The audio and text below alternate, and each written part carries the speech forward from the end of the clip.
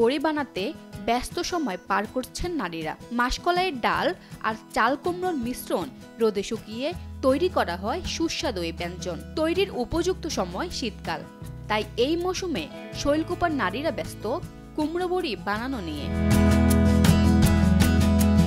কুমড়ো বড়ি বিক্রি করে স্বাবলম্বী হয়েছেন ঝিনাইদহের শৈলকুপা উপজেলার গাড়াখোলা গ্রামের রাশেদা বেগম। এই বড়ি দিয়ে কই, শিং বা শোল মাছের ঝোল বেশ জনপ্রিয়, তাই এই ব্যঞ্জন রপ্তানি হচ্ছে সারা দেশের জেলা উপজেলার হাট বাজারে। এই যে দেশে আমাদের সাথে আরো 8টা-10টা মানুষ কাজ করে, আল্লাহ দিলে ওদেরও ভালোই চলে, সমস্যা হয় না। মহিলাদের একটা নিজেদের ব্যক্তিগত খরচটা করতে পারে এই টাকাটা দিয়ে। 5 বছর আগে স্বামী মারা যাওয়ায় 4 মেয়েকে নিয়ে সংসার চালাতে হিমশিম খাচ্ছিলেন রাশেদা বেগম। একটি এনজিও থেকে সামান্য কিছু টাকা লোন নিয়ে শুরু করেছিলেন এই ব্যবসা।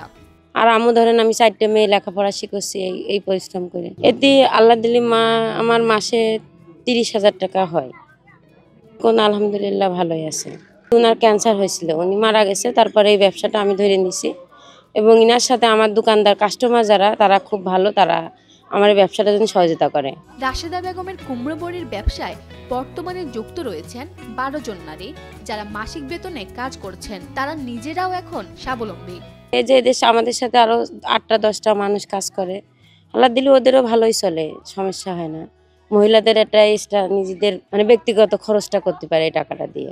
অনেক মানুষ কাজ করে, আশেপাশের মহিলা, এরা গরিব মানুষ কাজ করে, রাশেদা আপাকে হয়তো কিছুটা বেতনে গেড়ে দেয়, দিয়ে এইভাবে করে। বাঙালির খাদ্য তালিকায় কুমড়ো বড়ি বেশ জনপ্রিয়।